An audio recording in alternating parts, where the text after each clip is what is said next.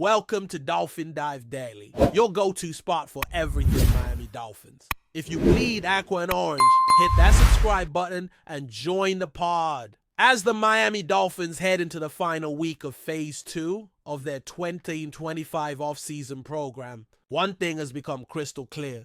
This team has more questions than answers when it comes to the cornerback position. The uncertainty isn't just about depth, but about who can step up and contribute in a meaningful way. Beyond the big names like Jalen Ramsey and Kata Kohu, there's a glaring lack of proven talent. And with the ever-present speculation that Ramsey could be traded before training camp even kicks off, the urgency to find anyone, who can provide stability in the secondary is growing. So when you're in a situation like this, sometimes you have to look beyond the obvious, beyond the typical list of free agents and rookies. Sometimes you need to dig into the less conventional routes, the ones that most teams wouldn't dare explore. And that's exactly where Damon Arnette comes into the picture. Now, let's be real. Mentioning Damon Arnette as a possible solution to the Dolphins' cornerback woes is going to raise some eyebrows. And rightfully so. We're talking about a former first-round pick who hasn't played a down in the NFL in 4 years, a guy whose name has been more associated with off-field controversy than football headlines. But at the same time, we're also talking about a player who, at 28 years old, is making noise in the UFL with the Houston Roughnecks and showing signs of the talent that once made him the 19th overall pick in the 2020 NFL Draft. An NFL reporter, Aaron Wilson of KPRC, has even confirmed that multiple NFL teams have contacted the Roughnecks asking about Arnette.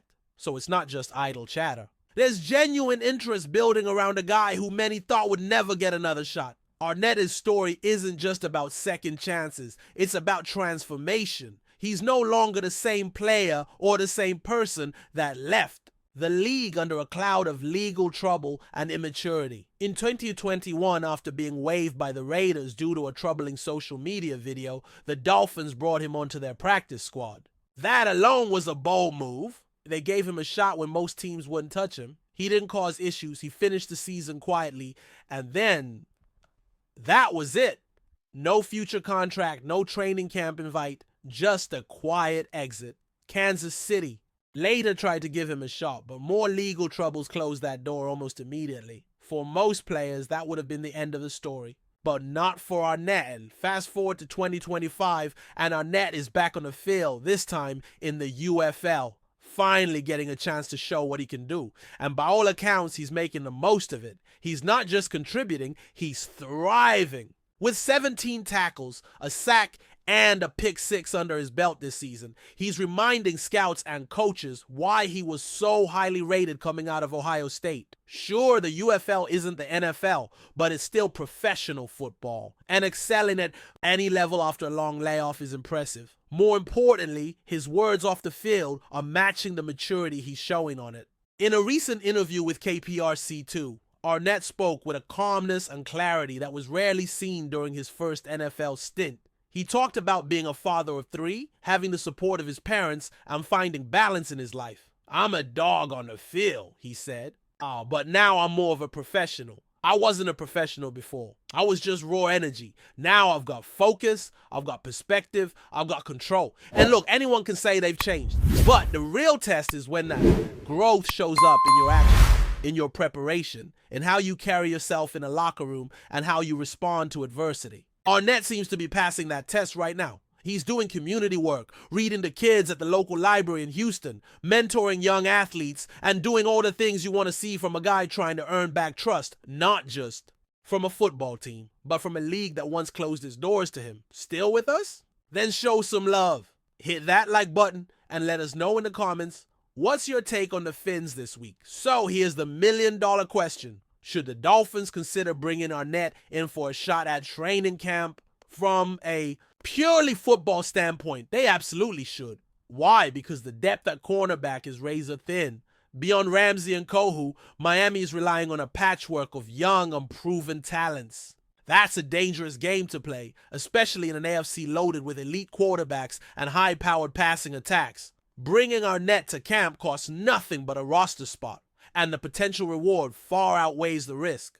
If he flames out, you cut him. But if he finds a groove and shows he can still play at a high level, suddenly you've added a gritty, motivated player with a chip on his shoulder and everything to prove. And let's not forget the familiarity factor. Arnett's not a complete stranger to the Dolphins organization. He was in that locker room. He was in meetings. He went through the grind with the team during a tough stretch. That kind of familiarity matters, even if it was just on the practice squad.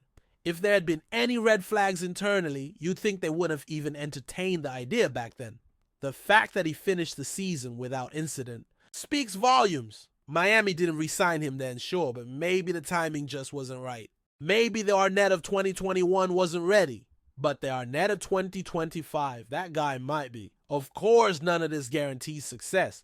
Arnett is still a long shot. He hasn't played an NFL snap since 2021. The league moves fast, and it's brutal to those who fall behind. But every now and then, a player with the right mindset and motivation beats the odds. And if you're the Dolphins, a team teetering on the edge of playoff contention and desperate for defensive stability, it's not just smart to consider every option. It's necessary, especially when the stakes are this high and the margins are this thin. Arnett wouldn't be a savior. He wouldn't even be expected to start. But he could bring competition, toughness, and maybe, just maybe, a little bit of redemption to a defense in need of an edge. So no, we're not saying Damon Arnett is the answer to all the Dolphins' problems in the secondary. But in a league where talent is always in demand and redemption stories are woven into the fabric of the game, it's worth watching. He's young enough. He's hungry enough. And if the Dolphins can confirm that he's truly changed mentally, emotionally, professionally, then why not give him a look? The upside is there. The risk is minimal. And sometimes the most unexpected moves are the ones that make all the difference. Miami took a chance once. Maybe it's time to take it again. That's a wrap for today's dive. If you're loving the content, share it with a fellow Dolphins fan, hit subscribe, and turn on notifications so you never miss a splash. Fins up.